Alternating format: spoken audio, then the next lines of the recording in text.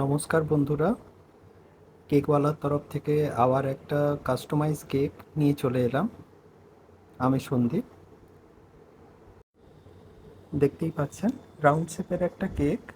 এই কেকটার অর্ডার দিয়েছিলেন যিনি, তিনি বলেই দিয়েছিলেন যে তার বাড়িতে বাচ্চার জন্মদিনের জন্যই কেক যাচ্ছে। তো বাচ্চাটির এই ডিজাইনের কেকটি পছন্দ হয়েছে এবং তিনি কোনো একটা জায়গায় দোকানে এই কেকের ডিজাইনটি দেখেছিলেন এবং তার ফটো তুলে রেখেছিলেন।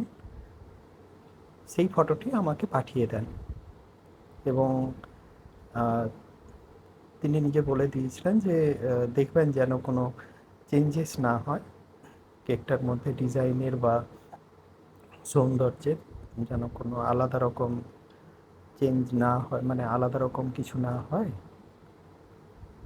তো সেই রকমভাবেই বানানোর চেষ্টা করেছি এবং আহ, উনি যখন কেকটা নিতে এসেছিলেন সঙ্গে বাচ্চাটিকেও নিয়ে এসেছিলেন এবং কেকের ডিজাইন দেখে খুশি হয়েছেন। এটাই আমাদের কাছে সর্বৈব প্রাপ্য, আমাদের কাছে সব থেকে বড় একটা প্রাপ্তি। কেকটার মধ্যে বিশেষ কিছু ব্যাপার যে ছিল, খুব যে কারুকার্য ছিল তা নয়। জঙ্গল থিম কেক, কিন্তু জঙ্গল থিম হলেও কী হবে, কেকটা একটু অন্য ধরনের, আপনারা দেখতেই পাবেন সম্পূর্ণ হলে আপনাদের সামনে এসে যাবে। তো কেকটা ছিল স্ট্রবেরি ফ্লেভারের। বাচ্চাটির স্ট্রবেরি ফ্লেভার নাকি ভীষণ পছন্দ। সে স্ট্রবেরি ফ্লেভারেরই যত ধরনের মানে যদি আইসক্রিম খায় তো স্ট্রবেরি ফ্লেভার, এবং অন্যান্য যে জিনিসগুলো যেগুলোর মধ্যে চকলেটে স্ট্রবেরি ফ্লেভারের চকলেট থাকলে সেটাই নাকি তার পছন্দ। তো কেকটাও তার স্ট্রবেরি ফ্লেভারেরই বানিয়ে দিতে হবে এবং ভালোভাবে বানিয়ে দিতে হবে। তো সেই অনুযায়ী গানাশও আমি তৈরি করেছিলাম, যেটা হোয়াইট চকলেট দিয়ে আমি আপনাদেরকে বলেও রেখেছি যে হোয়াইট চকলেট আমি রেডি করি এবং তার সঙ্গে চকো ক্রাশ, সরি, তার সঙ্গে strawberry flavour plus strawberry crush, এগুলো মিক্স করে ক্রিমটা রেডি করেছিলাম।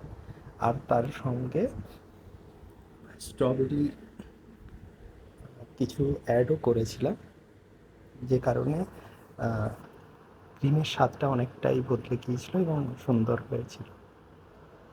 বন্ধুরা, আপনাদের কাছে অনুরোধ, কেক বানানো হচ্ছে তো তো দয়া করে আপনারা চ্যানেলটা সাবস্ক্রাইব যদি করেন এবং লাইক, শেয়ার, ফলো যদি করেন, তাহলে আমি যে ভিডিওগুলো দিচ্ছি সেখান থেকে আপনাদেরও দেখতে ভালো লাগে আর আমি উৎসাহ পাবো।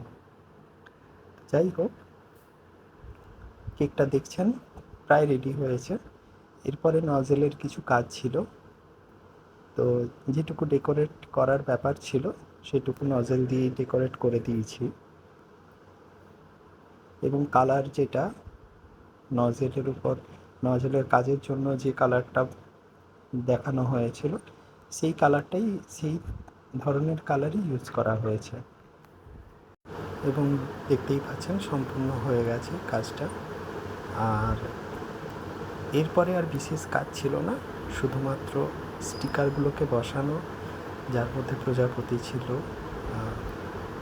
এছাড়াও সিংহ, ভালুক এবং জঙ্গলের ডিজাইনগুলো, সেগুলো প্রিন্ট করা ছিল। তো প্রিন্ট করা জিনিসগুলো বসানো হয়েছে। এইভাবে কেকটা রেডি হয়ে গেছে, আপনারা দেখতে পাচ্ছেন। তো কমেন্ট করে জানাবেন যে দেখতে কেমন লাগলো, তাতে আবারও বলছি উৎসাহ পাওয়া যায় এবং ভিডিও এডিট করে দিতেও ভালো লাগে। ভালো থাকবেন সবাই, সুস্থ থাকবেন। ধন্যবাদ।